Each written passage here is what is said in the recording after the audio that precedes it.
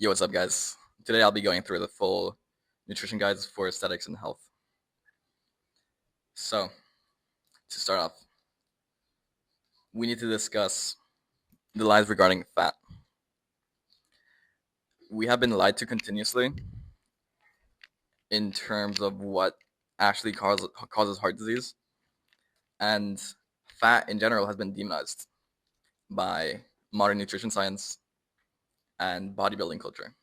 You'll see a lot of products being sold and being marketed as low fat, as if that's a good thing, which it isn't. Since your body is designed to run off fat, specifically saturated fat, we have been eating it for hundreds of thousands of years on the low end. So before you do anything, you have to change your mindset a bit and change how you view nutrition in general. But once you do,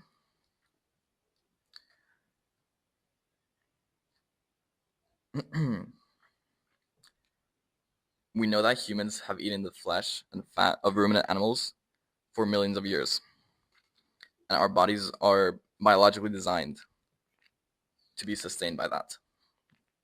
Every species has a species-specific diet. And we know that red meat, fat,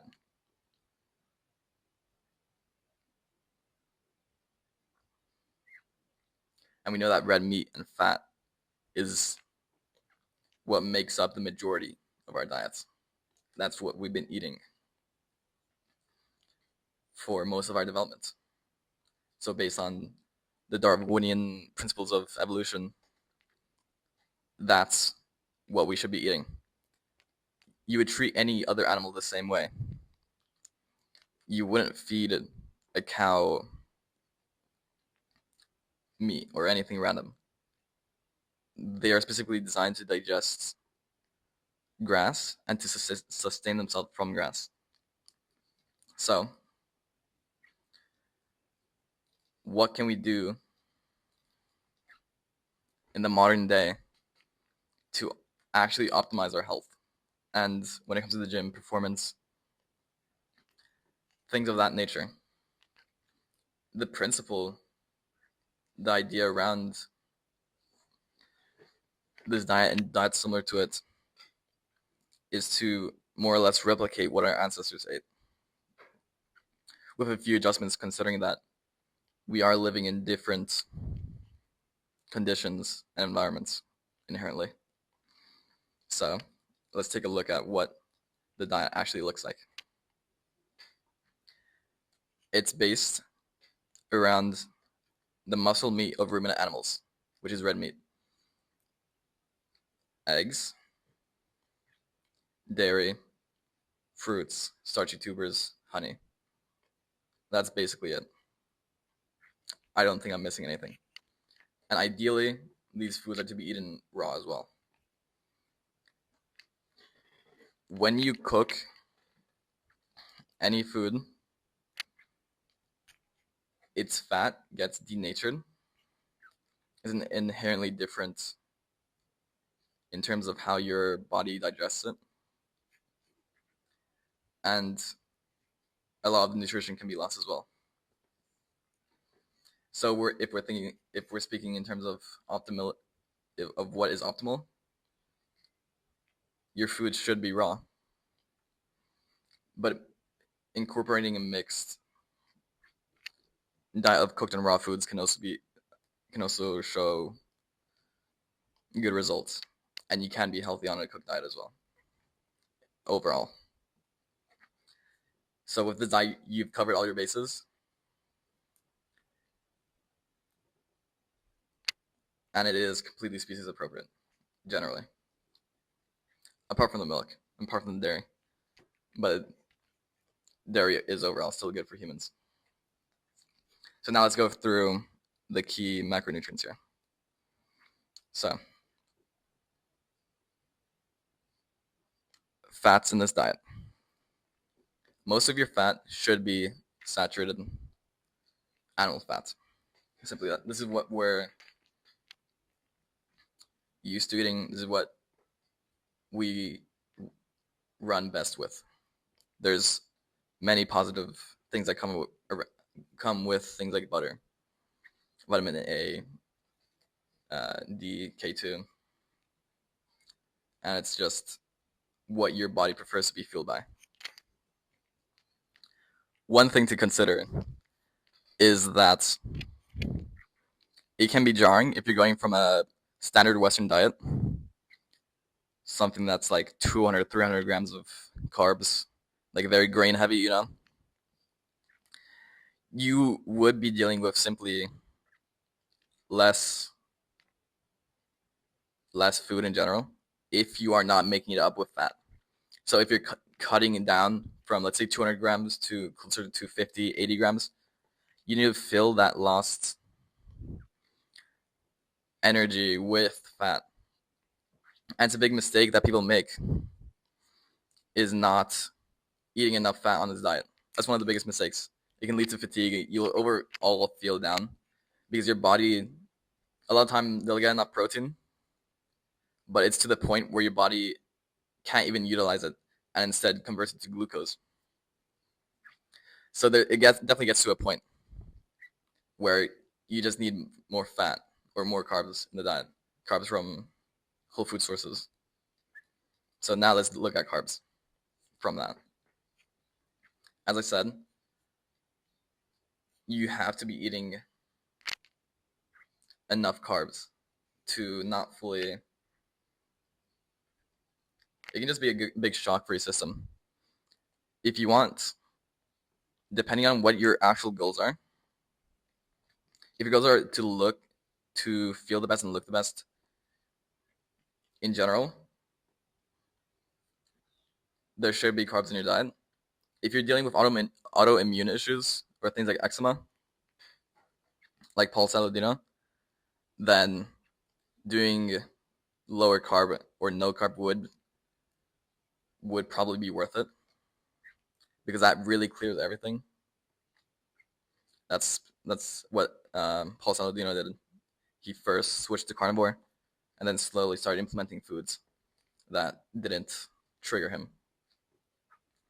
So yeah, you can, but if you're just in a standard situation, not something extreme like that, you don't really have to worry about overdoing it with honey or fruit. Really, it gets to a point where you don't want to. It's hard to overeat them. Like, listen to your body, because your body intuitively knows when it's had enough. At some point, you don't want to keep eating, simply. So you don't have to worry about doing like super low carb or anything. Like,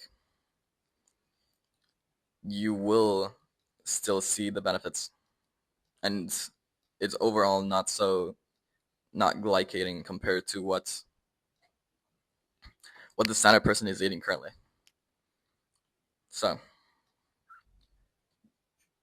protein is incredibly prevalent in this diet.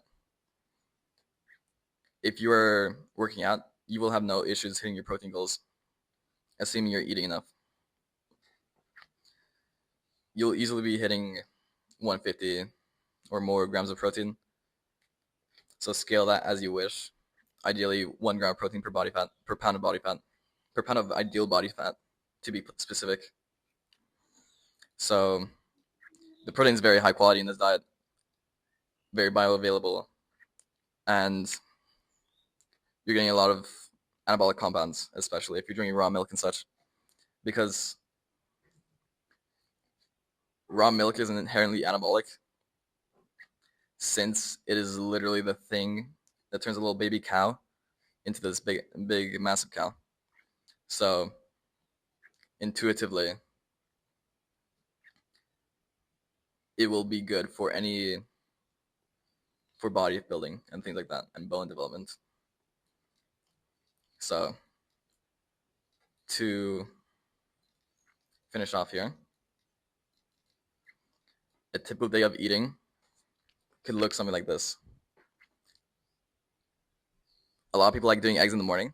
So let's say six to eight raw eggs, potatoes, fruit for your breakfast. These eggs will keep you satiated for many hours. I had 6 raw eggs, like, let's see what time it is, 4 hours or so, and I'm still doing good. It's kept me running.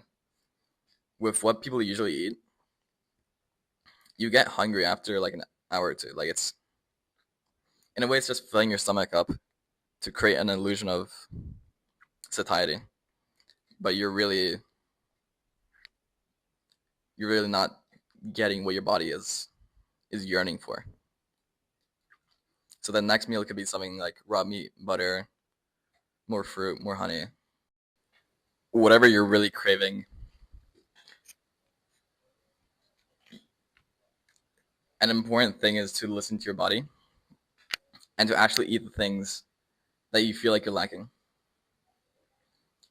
But overall, you're looking for a balance between your fats, your carbs. You do want to be more fat heavy, I would say, but you don't have to worry about carbs. Carbs aren't your enemy or anything, and they can improve a lot of things and overall improve your quality of life and how you perform day to day and how you just feel day to day as well. So with that covered, overall, your diet should be looking like this, with minimal changes. Organs are also very much part of this diet. You want to make sure you're eating those raw in order to minimize nutrient loss. And overall, it's more appetizing like that. Cooked liver isn't particularly appealing intuitively. So yeah, you just want to focus your diet around this, and you'll be feeling good day to day. It's not a difficult diet to maintain, especially if you're eating enough fat and enough carbs for that matter.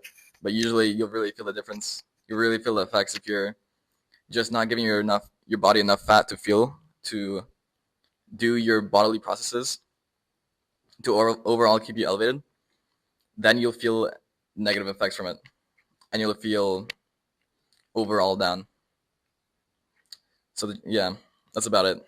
Thanks for watching, guys. I'll see you next time.